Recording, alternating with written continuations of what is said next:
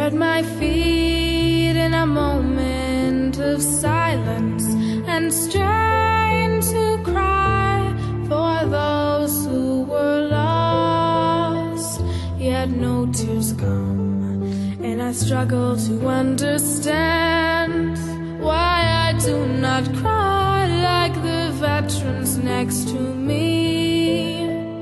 I try to imagine the soldiers of our country leaving home to fight the unknown. See with your heart what they saw with their eyes. We were not there as they gave up their lives. Remember all their struggles for our country and for peace. See with your heart what they saw with their eyes.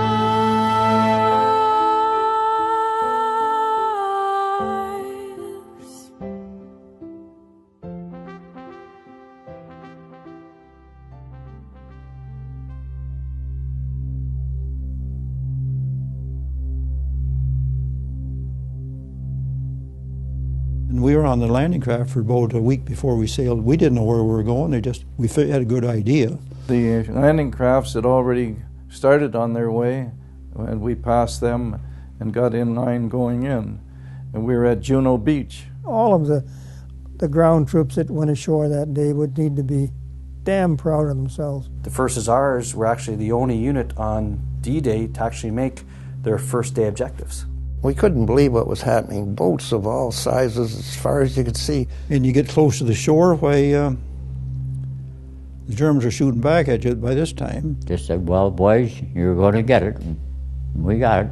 I remember one guy had his bolt open and his finger on the trigger and a bullet in his head. There were thousands killed on D-Day. When you think of the thousands of guys that got killed on that first day, just right off the beach there, you know, it just boggles your mind. Nothing, I think, could compare with the bravery and courage you would need to be the first landing craft on Normandy. I don't know how those guys did it. I really don't. Knowing the Germans were up in the hills there waiting to machine gun you to death. I tried to put it out of my mind as far as being killed. I knew it was there, and you know, it's always in the back of your mind. You can't get away from it. You see your buddies going down beside you, well, but nothing you can do but just pray to God you don't get it and keep on going. I can remember just going, we were going day and night carrying the wounded back. We were bringing them across the river on ducks. I couldn't open my hands. I showed them my hands. I couldn't open them. I carried so many stretchers. But they come under fire, and boom, boom, boom. Tanks were going up in flames. The machine guns would clean the guys off the tank. Some were killed, some were wounded. The losses were pretty high. But we managed to survive. You never forget them. It could be 100 years. You still remember them. They don't vanish. They're still there. They shall not grow old as we that are left grow old. Age shall not weary them, nor the years condemn. At the going down of the sun, we will remember them. Lots of people don't realise what you go through. I go to bed at night, sometimes I can't sleep, you know, and things come back in my mind, you know. I had a tough time when I come back and after I got married. I used to wake up in the middle of the night and be dreaming about different things, and it never went away.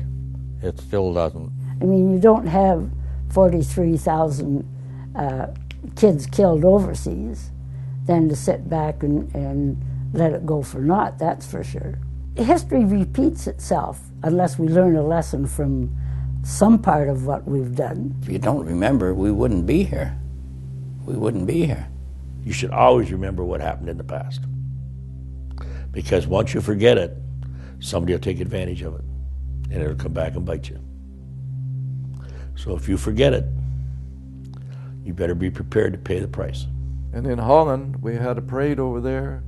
350,000 people come out in 1995. And they're all yelling, "Thank you."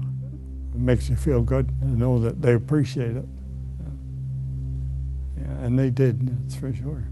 The older vets that I know, they just don't want to be forgotten. And they don't want their friends who died there to be forgotten. I think that's enough.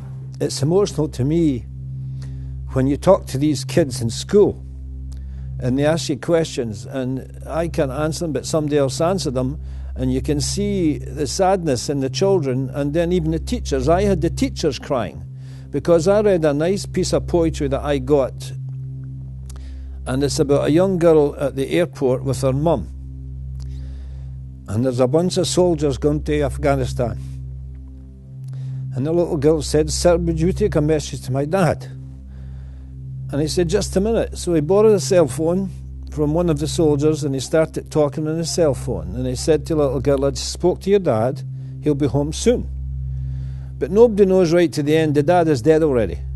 The mother knew the dad was dead, and they're walking away, and she came running back and gave the soldier a big hug. She says, "Give that to my dad." I've had 60 years of accolades at work and in hockey that my buddies over there never had. There is a big price to be paid for freedom, there's no doubt about that. A human life means something. And there was an awful lot of them lost during World War II. Oh, well, you have to sacrifice. You know, there's some things you have to give up. Well, the price is your life. Because what good is life if there's no freedom? Freedom is up to us to protect and keep. If we don't protect it and keep it, you won't have it.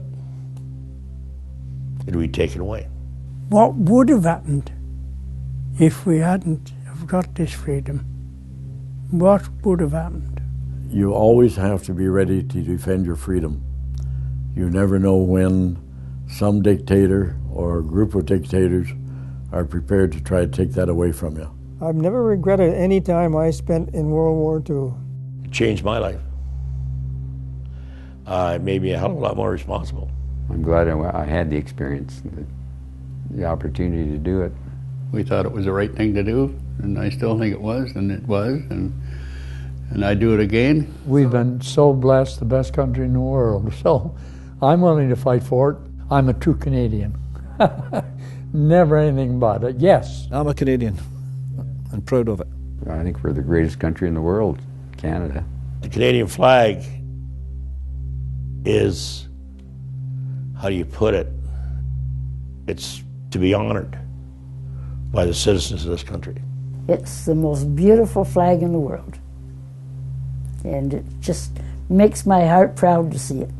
It means Canada. It's our country. Was respected. I think we earned that respect. We have to keep it. And that's our flag. God bless it.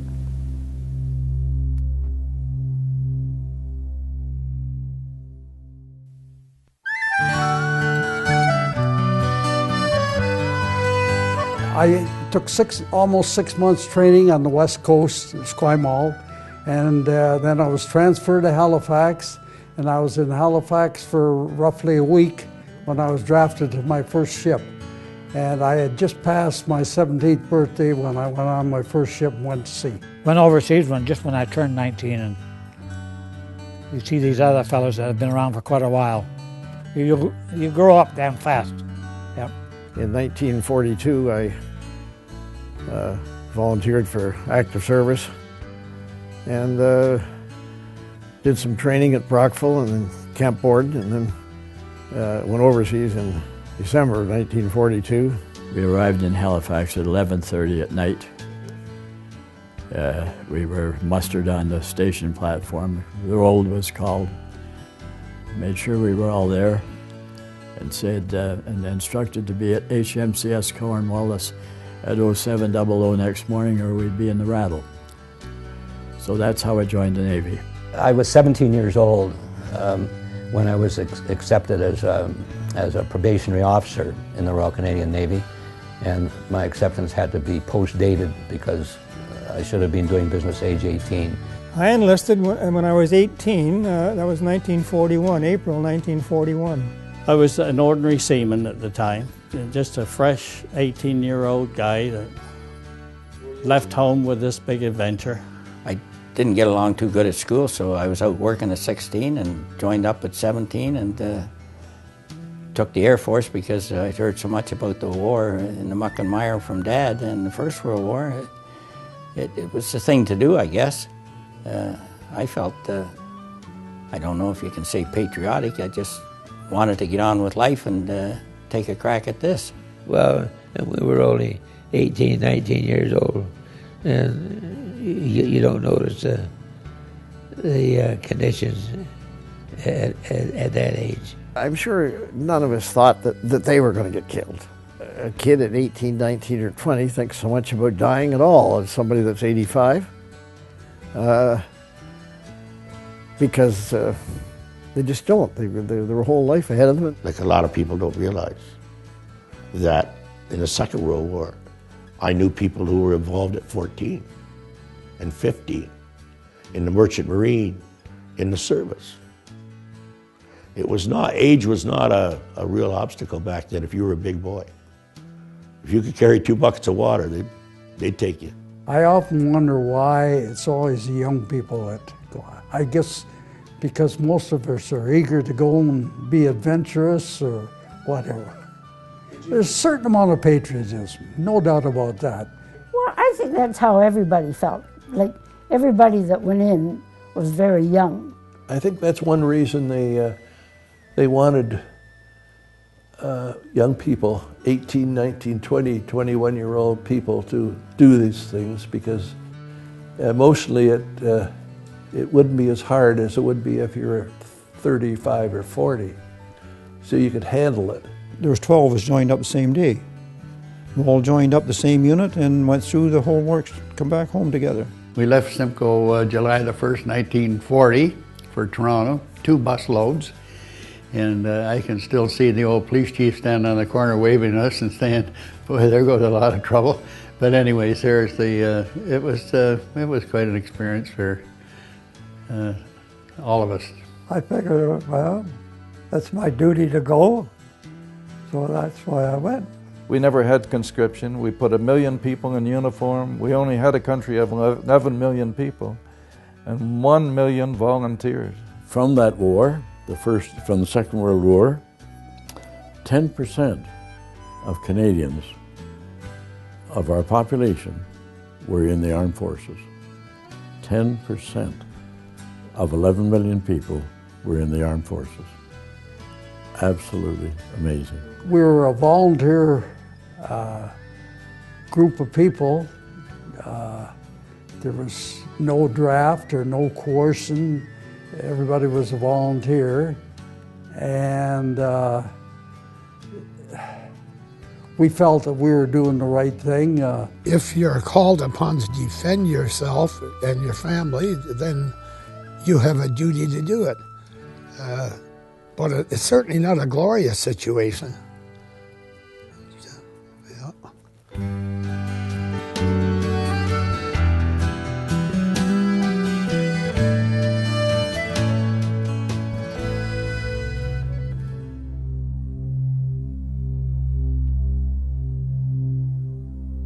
There was no question about what had to be done, you know.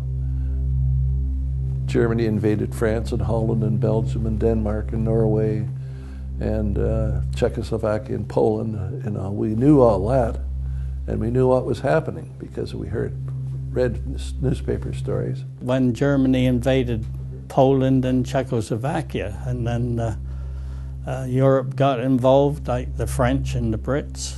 Britain was at war, and at that time we were part of Britain. And so when they're at war, we're at war. Well, because of our attachment to England is why we got involved in Canada here, and it was just a natural gain, the same as the First World War. We were expected, and we did join our British comrades. We were declared war against a superpower, and we didn't have any military equipment in 1939 in September. The Americans come in December of 1941, and that was because of the bombing of Pearl Harbor. We in Canada have been fortunate, I've got to admit, you know. We never, when Pearl Harbor came along, I think some of us were just waiting for it to happen. We'd be next. The biggest thing is you're thinking about getting rid of the enemy, you know, so, and Germany was the enemy at that time. And that's what we were there for. Well, we were there to beat the Germans. The sooner we get it over with, the sooner we go home. Individually, the Germans were good soldiers. There's no two ways about it. I mean, the fact that Hitler is behind them, he was a fiend. But the Germans were good, stalwart fighters all the way through. You had to respect that fact. But it was a man-to-man, either them or yourself, so you had no alternative. They were probably the best soldiers you could ever find, the Germans. They were good, but they were creatures of habit. They always did the same thing every day. Yeah, we thought we were fighting for our country. I think we were. Hitler was a very evil man, a very powerful man. We knew that Hitler was bad. We knew that Hitler was impossible. We knew he was a madman. We didn't get brainwashed. We knew that Hitler was a bastard that had to be done away with. And nobody had to tell us. If he had have been allowed to control all of Europe and maybe UK, and knows what he'd done after. And he was an evil man, just like Saddam Hussein was an evil man.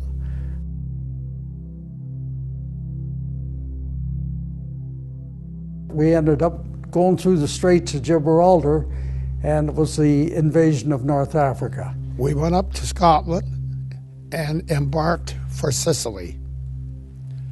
Landed in Sicily on July 1943 at Piscino Beach. We were in the invasion of Sicily and going off the landing craft, which, that was pretty near my last day on Earth, several times that day.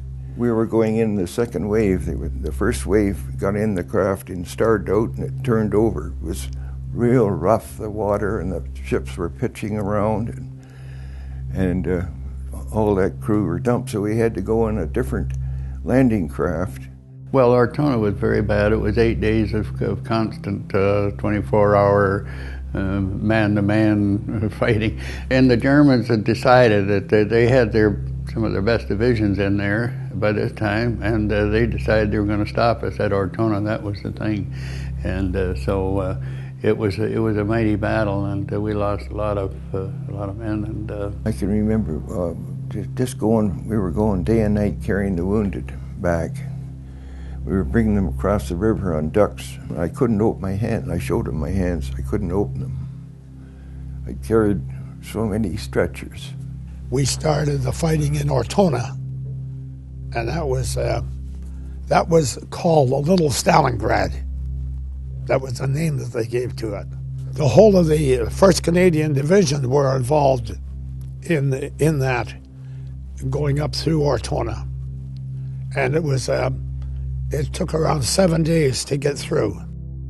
There was a lot of casualties, yes. There were 2,600 casualties, of which there were 500 dead.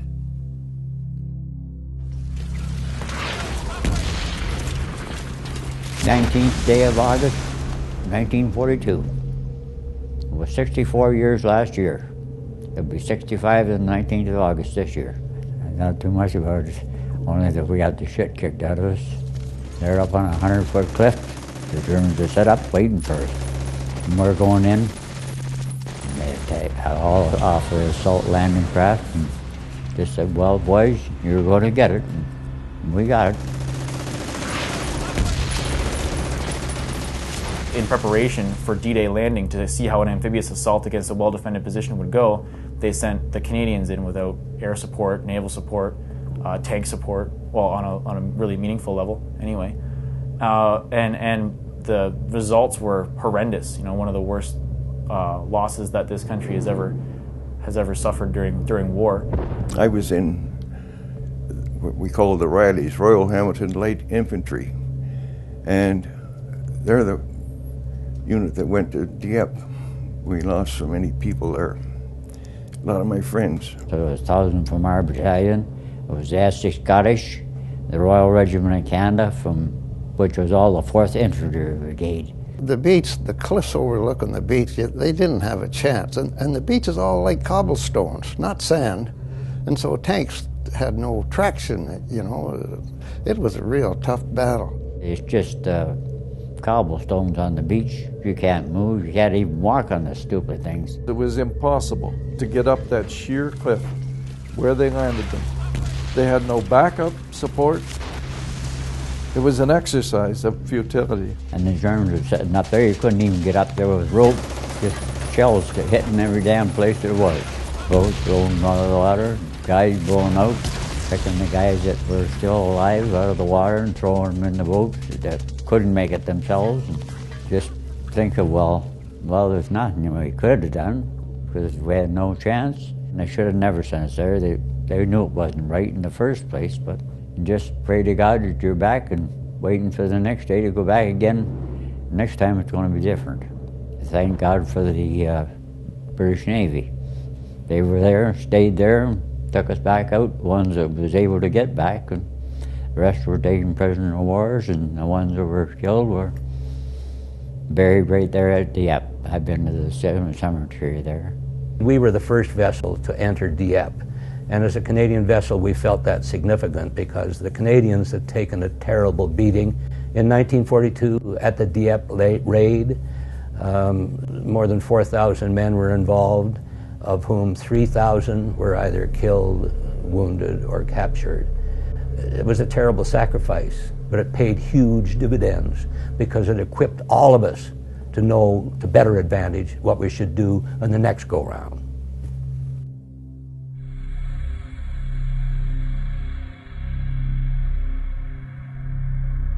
June the 6th, 1944, D-Day.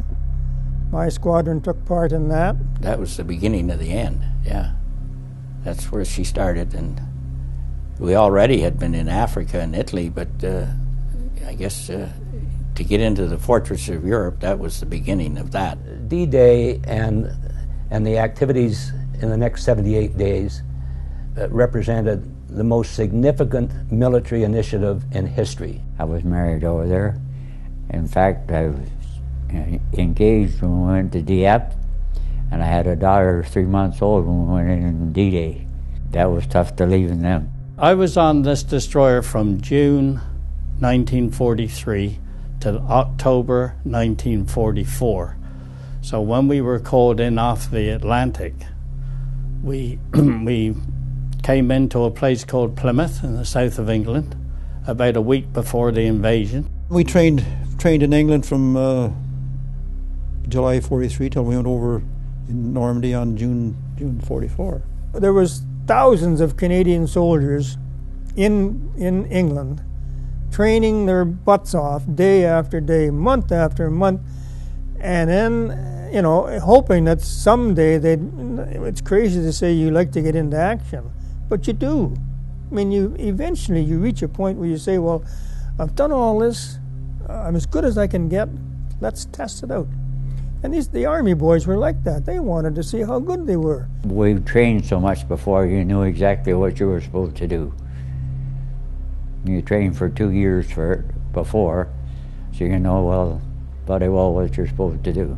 And then before D-Day, you got into what you call the marshalling area, like before everybody had to be loaded on your own, like your own. We were on LCTs, landing craft tanks. There was one troop on each tank. We knew that it was going to happen because everybody realized what we were doing in the south of England, and also we had no communications. In other words, you weren't allowed to use the phone or mail. So we knew that we knew it was going to happen within a few days. And they had the British guards around it, because now we're working with the intelligence people. We don't know where we're landing, but we know we're going someplace over there. Well, I was going to be glad to get going, I guess, and hopefully we didn't know really what you're going to get into. We'd never been into action before, so it was all new to us. Go with the flow, so to speak. We don't know where we're going. I expect the captain might have known, but he wasn't confiding in us. We didn't know where we were going. It was that they did it, kept it the secret quite well. We never knew where we were, you know.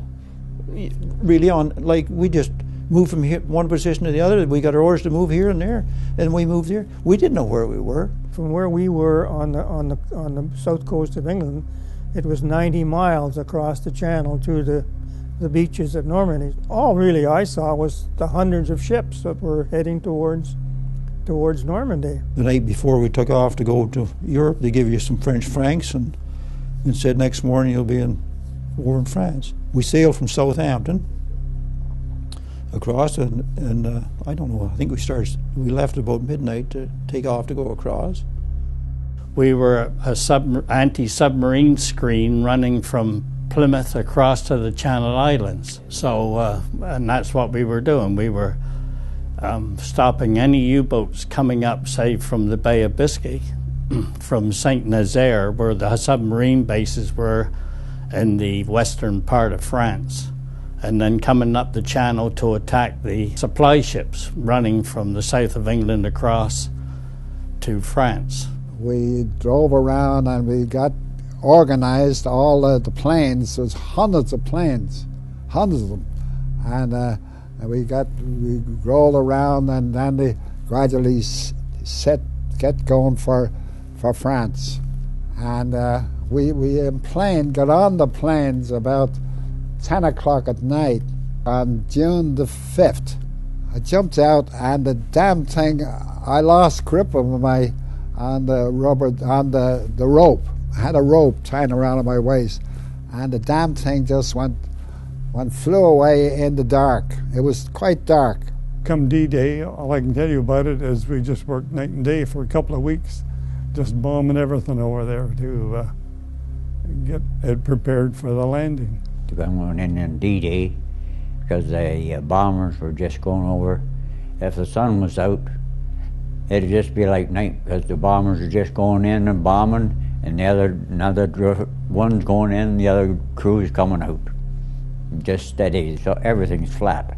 At D-Day, I think they were just going night and day. They'd get bombed up, and away they'd go, and they'd come back, we'd bomb them up again, away they go again with a different crew.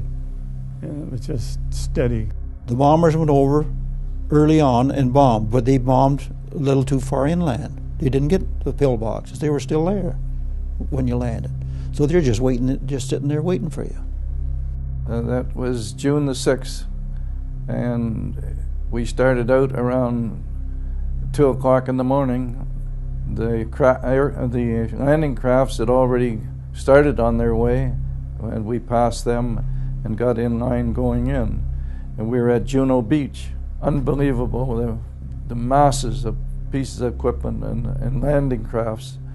And then when the landing crafts went ashore, that's when the fireworks really started for them. We did the best we could to knock out targets along the beach before they landed. As dawn was coming, there were vessels everywhere, some firing inland, others toing and froing, and we were part of the mass of vessels that moved south. Unfortunately, the weather turned rough. Just about, including myself, we were sick as dogs. We were issued plastic bags to vomit in, And I was really sick. I don't think I really cared too much what happened when I landed on that beach. The waves there were about the same as they'd be in mid-ocean, and one minute we'd be up looking down at the ship, and the next minute we'd be at the bottom looking up. Well, the two ships were going like this, back and forth and up and down, and they just tried to gauge. And it was hard to see. It was pitch dark. And my one leg went over the railing, the other one went back, and the weight was getting me, and I was going down between the ships. I hollered, and a hand came out of the dark, grabbed my wrist, and put me back on the deck. When we landed on D-Day, we drove across the beach and up the hill onto the high ground, and then we drove inland. When we went in, we landed, and then we had to go so far. Well, then our vehicles were waterproofed, so that we could only go so far, and you had to take a certain amount of that waterproof off the vehicle to continue on. In Sarnia here, the 1st Hussars were a duplex drive regiment at the time. So their tanks had big collapsible screens on them. So they drove the tanks off the LSTs, the landing craft, into the water, basically swam the tank towards shore, dropped the screen, and then they could support the infantry with their gunfire, direct gunfire. And it was proved that it was very important at the really heavily guarded ports, as Cristales-sur-Mer was there, that it worked. It allowed the infantry to gain a beachhead, and then they expanded the beachhead. We were supposed to land about 7:30 in the morning. It was through the schedule. But in the effort of getting everybody in the assault boats, like there's 10 of us assault boats going in line. So the first ones to get loaded up were circling around out in the channel, waiting for everybody to get off so we could go in as a line. A Navy guy was driving the boat, the motor was at the back, he was at the back, and when the thing went down, he drove right up the beach as far as he can go, because we landed at high water mark so we wouldn't have too much beach to run across, because it's quite a big beach when the water's down. When we were going in, we fired on the way in, same as the Navy fired from. We fired them. Well, the big ship was shooting over top us, and we could hear them whistling by. We could hear the whistle with their 16-inch guns coming. And you get close to the shore, why the Germans are shooting back at you by this time. We were all in the same boat, and I would presume we all felt the same way, deathly scared, and hoping that you'd survive. Follow me. Hope the guys keep your head down, boys. We were told you don't stop to help anybody, no matter what. No matter what happens, you keep going. Even if he's just wounded, you don't stop.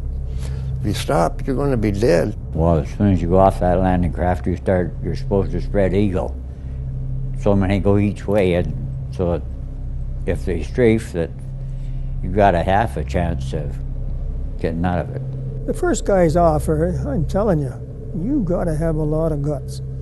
And even though you think you're ready, nobody wants to die. I mean, you can think you wouldn't be afraid, but you're afraid. I mean, fear is a funny thing. It's how you handle the fear that counts. Well, as the door went down, the center row was to run off first, then the right, then the left, but it was everybody trying to get off at the same time. The Germans were shooting at us with the heavy machine gun. You see, all the trouble was when the first wave landed. You see, they were the ones that got shot at. But to think that they assaulted across those beaches with the seawall there and absolutely exposed to machine gun fire, I don't know how the hell they did it. I really don't. Guys were dropping like flies. I'm surprised that a lot more of them weren't killed going in. I remember one guy had his bolt open and his finger on the trigger and a bullet in his head. All the guys that had gone down in that landing craft that we were supposed to ride on, they were all floating around there. I remember going through the bodies, and that was a shock. But just the fact that they had guts enough to get off that damn barge and up the beach, try and get up the beachhead makes them all heroes in my mind, I'll tell you. They came ashore on D-Day, the H hour, the first bunch, along with the British. They were in one beach, and north of them were the Brits, and down to the farther south on the Cherbourg Peninsula, all the Americans. And I think the guys that came off that boat, or those boats, those landing barges, they did something that tested a guy right to the depth of his core. I mean, none of it was easy. When you jumped off that damn landing barge, you didn't know whether you'd be alive for a second or 10 seconds or 10 hours, because every part of it was under fire. And the guys that jumped out and got ashore and got up on the beachhead and pushed the Germans back and got that beachhead opened up, I give them more damn credit than anybody, because I mean that took a lot of guts, really guts. What these guys must have been thinking when they had bullets just going everywhere in some of the toughest terrain that you could be going through in that. I couldn't even imagine.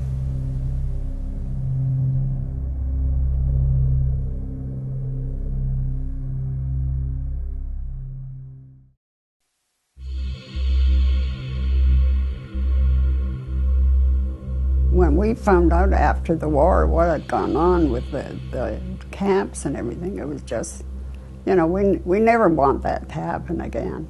We found a concentration camp just north, and we went through there, and the Germans had cleaned everything out except the sick people.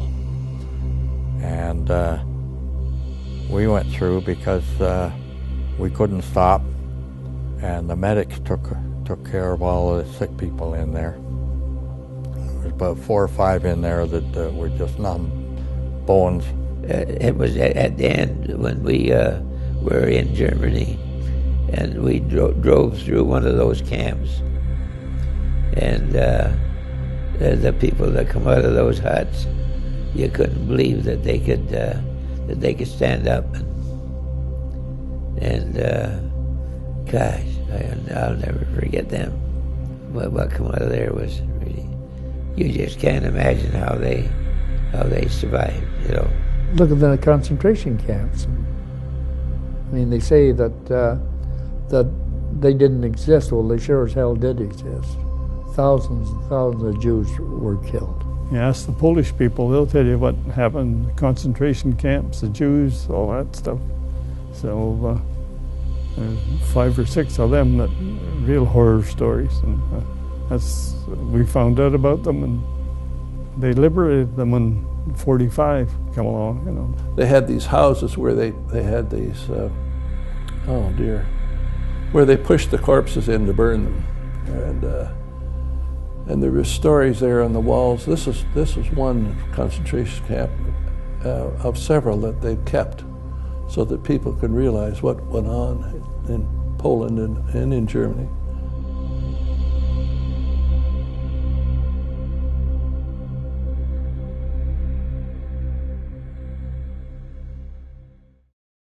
Well, I think the things that bothered me is, and that's why I don't try not to think about it too often, is the people that died and didn't come back. That's what really bothers me. Really, when you go into the Army, you go in with the idea that sooner or later you're going to be in battle. It makes it more difficult for the people at home to understand that people do get killed in wars, and they always will. It was dog eat dog, good. It was either kill or be killed. If somebody comes at you with a bayonet, you're going to defend yourself. We had to.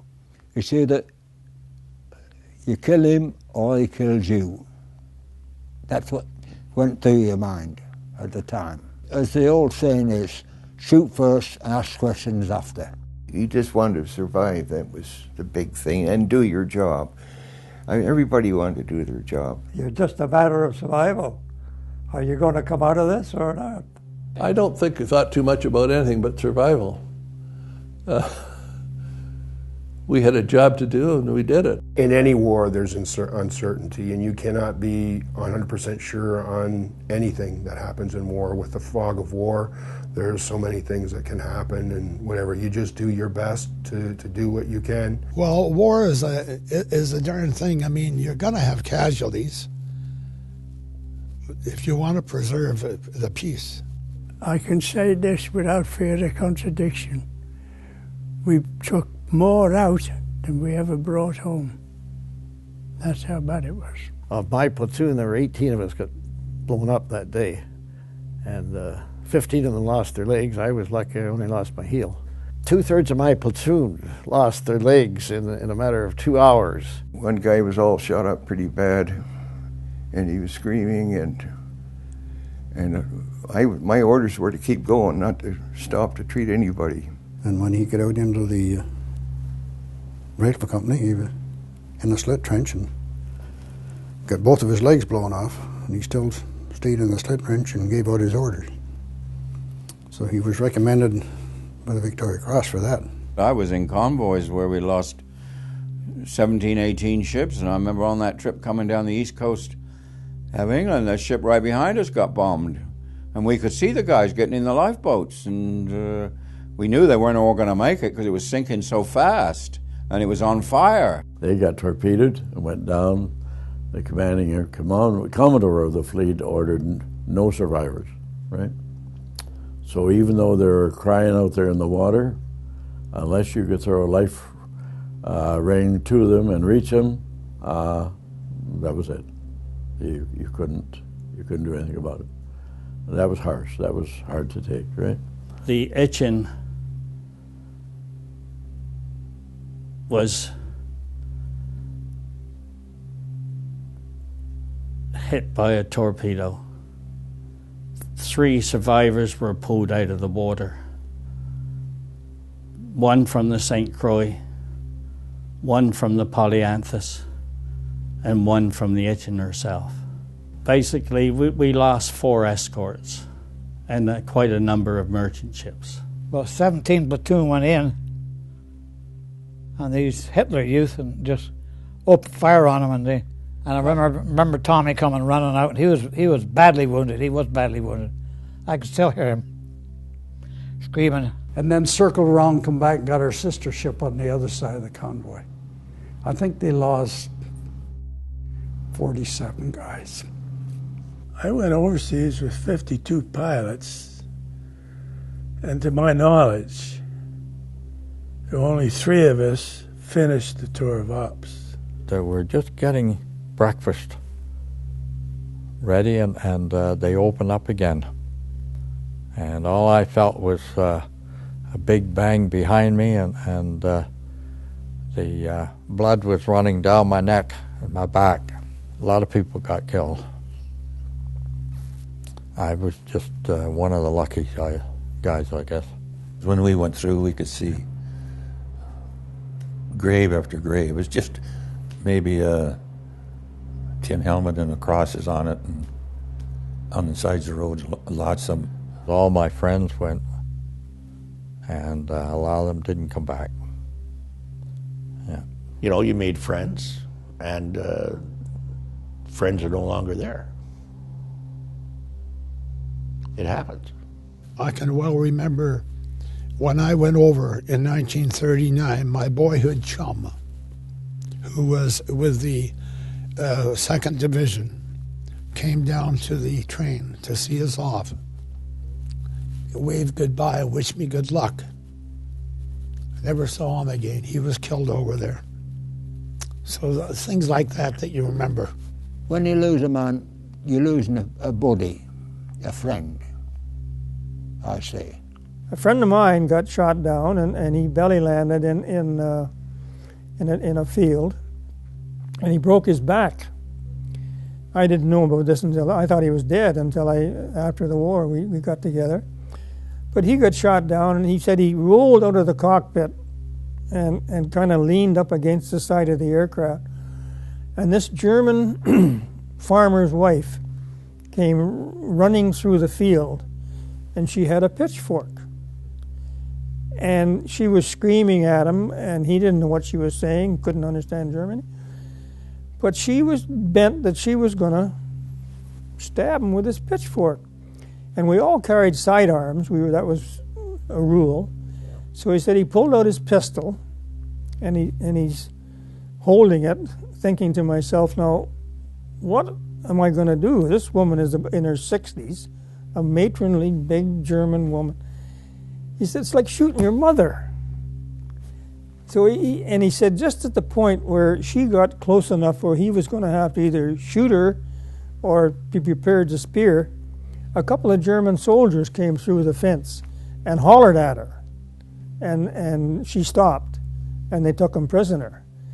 But he said, to this day, I still, in my mind, try, would I have shot her, or would I have let myself get stabbed with the pitchfork? I ran across him, and he was white as a sheet. Well, I never had a guy die in my arms, so I didn't know nothing about that, eh? But he was so far gone, I started ripping his clothes apart to find out where he was hit. And as soon as he felt somebody, he didn't have enough strength to open his eyes. I should have known there's nothing I could do for him. I know now. And as soon as I touched him, he said, who's that? I said, Boots. Oh, good. He says, please lift my head. And he took one big breath as if he's waiting for me, for somebody to be with him.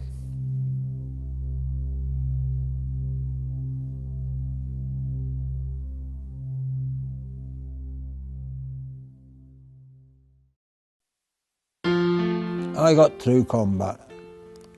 I'm not a religious man, but my mother used to say, it costs nothing to say a prayer. I used to say a prayer every day. I don't think there's many atheists in the front line. You weren't very religious before you went, but you sure were when you were there. You know, you gotta have something.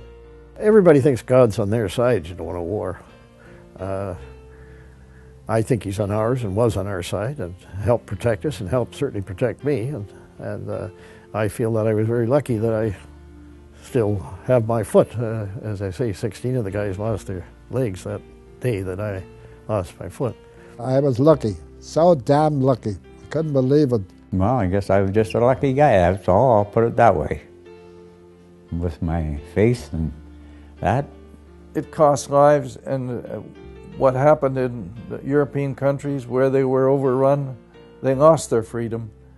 And thanks to the Canadians, they got it back, and they'll never forget in Holland. At that time, we were the only volunteer army in the field. And I'll tell you something else, we were the best. And that's no bullshit. You ask anybody. We were well trained, we had our own officers. We were a fine bunch of fighting men. I think that they should remember that they had so many of their young people who went over voluntarily. There was no conscription. They didn't have to go, but they had a sense of duty. And they went over and they gave freely of themselves to preserve the freedom of those people back at home. I think that should always be remembered. Younger people, particularly younger people, are coming to realize what a few did in order that those following may enjoy what they have enjoyed and have been enjoying. There are some people that don't realize that all this didn't come free. You have to defend it. I think it's a duty when you're Canadian or American or whoever it is, you have to stand up for your country. Everybody has a stake in freedom. We put on a uniform and hopefully defend it outside the country, but lots of people guard it inside the country every day. Well, the price of freedom, of course, is usually the people that don't live to enjoy it. If someone's trying to oppress you or influence the way of your life, if you want to keep your way of life, you have to be able to defend it. You have to pay for freedom. I would say 90% of the public does not realize the amount of lives that were taken in either World War I or II, or even today, for this freedom that we have. The price for freedom is probably the most costly thing known to man, because it's paid in people's lives. We fought for our rights, our freedom, and we fought for the right that our sons didn't have to go and fight.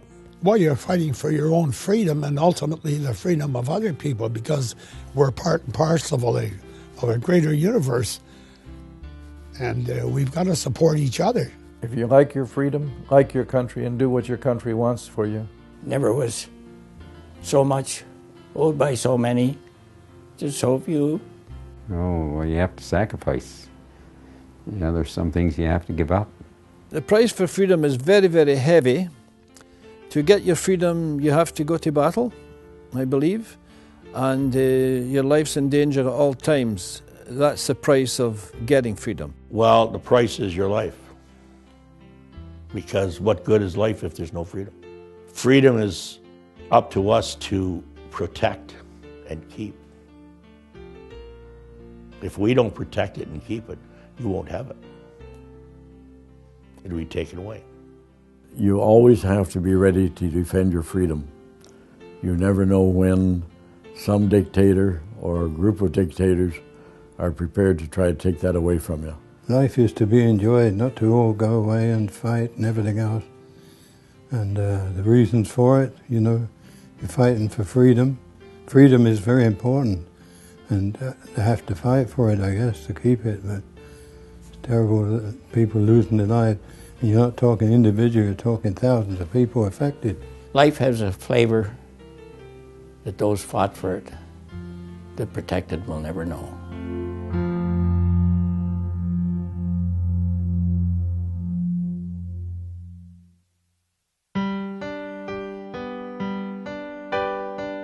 Well, it's a sad, sad day because it's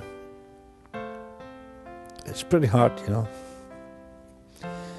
When you talk to these kids and they ask you questions, and just the thought of it makes you weak. Sometimes you just can't speak, and I'm even emotional now just thinking about it. But I lost a lot of friends through the war, brothers and cousins and things like that. I go out on Remembrance Day every year. I used to, I can't now, I can't walk any longer. But I'd have little kids come up to me and say, thank you.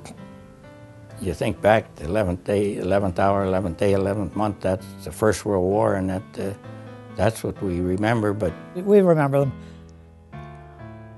365 days a year. They're always there in the back of your mind. Yeah, well, that's when we honor the troops who did lose their lives, and there was a lot of them that did. I remember those guys I knew, remember them. Some of them, I got their faces, I can see them so close.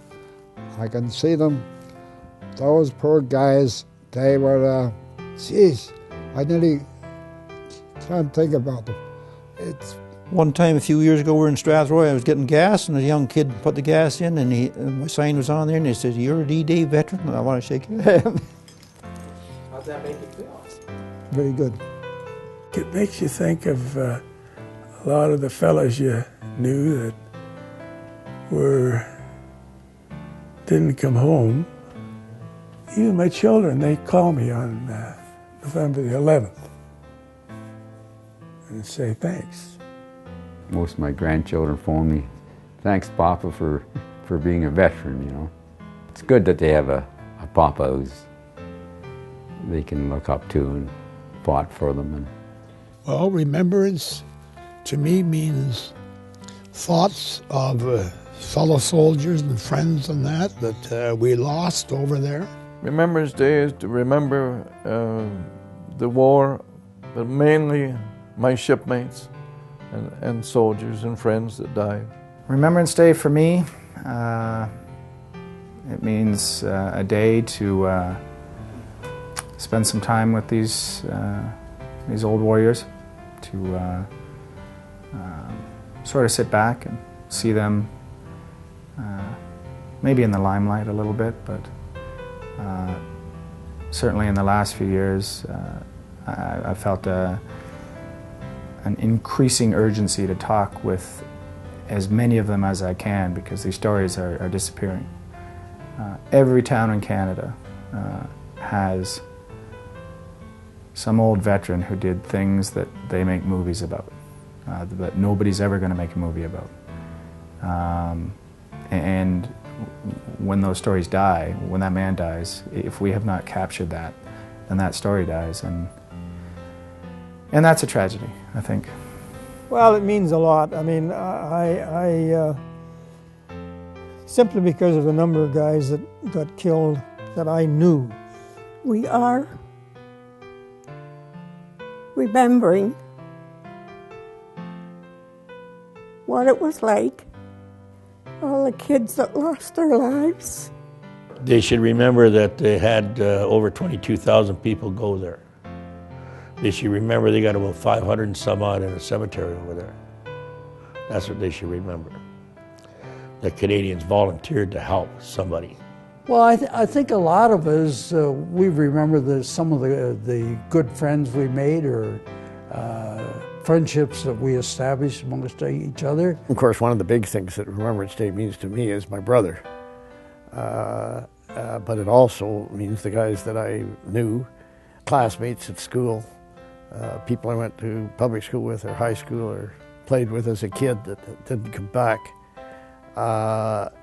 Remembering their sacrifice. And then Remembrance Day is the day, November 11th is well known, and the Legion managed to get the country to go from 1 minute silence to 2 minute silence, which is now we do, 2 minute silence.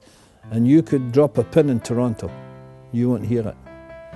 There's streetcars stop, the buses stop, the aeroplanes stop. There is nothing going on in November 11th during that 11 o'clock. For 2 minutes, it's beautiful. Where the armistice was signed on the 11th hour of the 11th day of the 11th month. That's why the 11th stands out so much. And it's beautiful silence for November 11th, and this in remembrance of the guys that died. They shall not grow old as we that are left grow old. Age shall not weary them, nor the years condemn. At the going down of the sun, we will remember them. You're heroes. You're all heroes. But I think each individual that went over and served has to be considered a hero. It's just a huge part of our history. These precious old guys who are disappearing. You know, every day more disappear. Every November 11th here in Sarnia, the contingent of veterans gets smaller and smaller. We owe so much to them that all they really ask is that we never forget. And that's not too much to ask for what they suffered through. I think that's what makes November 11th so special for me now, is that when we take a moment of silence on November 11th, we're thinking of all of them. And in that sense, maybe names aren't so important. Just the fact that they died doing the country's bidding, that's enough.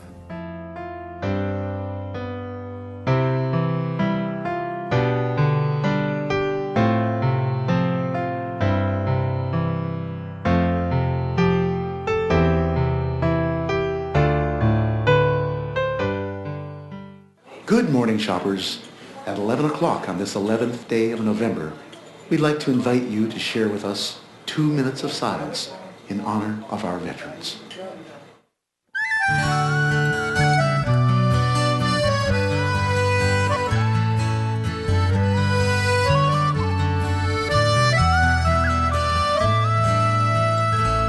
They fought and some died for their homeland.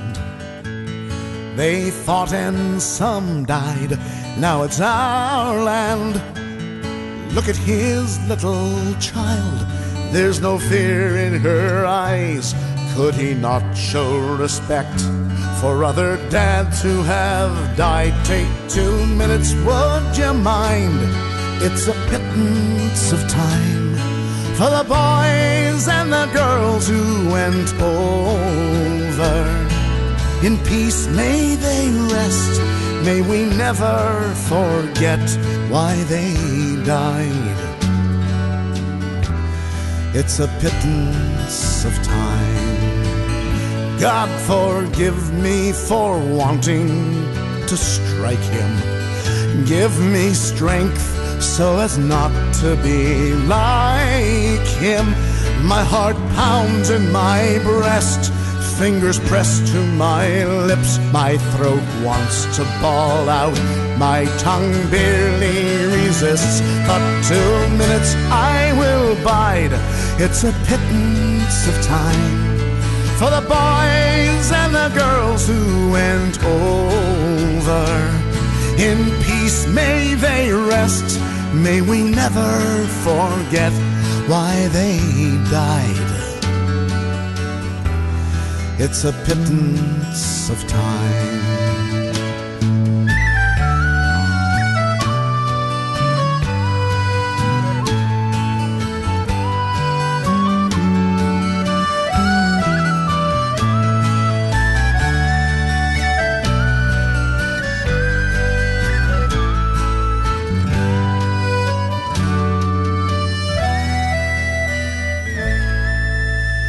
Read the letters and poems of the heroes at home. They have casualties, battles, and fears of their own. There's a price to be paid if you go, if you stay. Freedom's fought for and won in numerous ways. Take 2 minutes, would you mind? It's a pittance of time for the boys and the girls all over. May we never forget our young become vets at the end of the line. It's a pittance of time. It takes courage to fight in your own war. It takes courage to fight someone else's war. Our peacekeepers tell of their own living hell. They bring hope to foreign lands that hate mongers can't kill. Take 2 minutes, would you mind? It's a pittance of time for the boys and the girls who go over. In peacetime our best still don battle dress and lay their lives on the line. It's a pittance of time. In peace may they rest, lest we forget why they died. Take a pittance of time.